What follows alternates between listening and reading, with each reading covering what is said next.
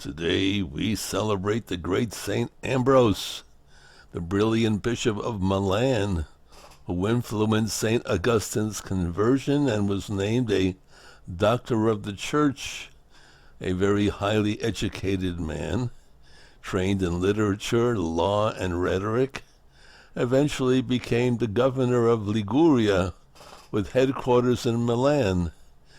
While he was serving as governor, a bishop named Auxentius was leading the diocese, and although he was an excellent public speaker with a forceful personality, he also followed the heresy of Arius, which denied the divinity of Christ.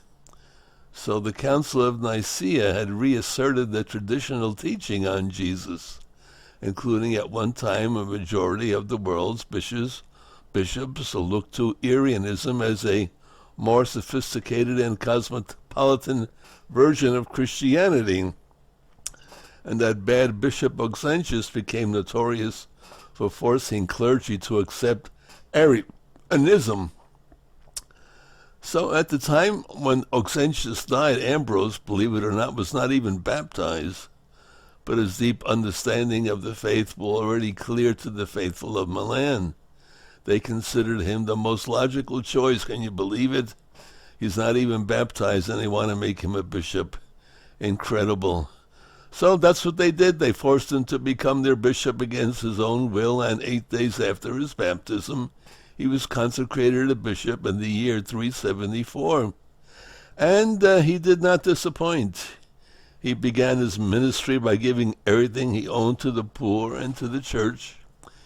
He looked to the writings of Greek theologians for help in explaining the church's traditional teachings. He himself lived simply, wrote prolifically, and celebrated Mass each day, finding time to counsel an amazing range of public officials, pagans, confused Catholics, and penitent sinners. Too bad he's not around today. So what else did he do? Well, there's a story about Empress Justina and a group of her advisors who sought to get rid the West of adherence to the Nicene Creed. Can you believe it or not? So Ambrose heroically refused her attempts to impose heretical bishops in Italy, along with her efforts to seize churches in the name of Arianism. He also displayed remarkable courage when he denied communion to the Emperor Theodosius, who had ordered the massacre of 7,000 citizens in Greece, leading to his excommunication by Ambrose. So he was very, very busy. And eventually he came around and begged for forgiveness from Ambrose. He reconciled himself with the church, the emperor did, and the bishop who attended to the emperor on his deathbed, St. Ambrose, died in 397.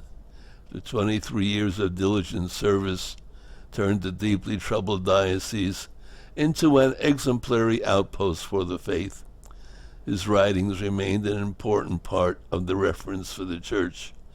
He has been named one of the Holy Fathers of the Church, whose teaching all bishops should in every way follow. The great Ambrose, a lighthouse for the Catholic faith. God bless him and God bless you. Wonderful to have such wonderful saints. Go and do likewise.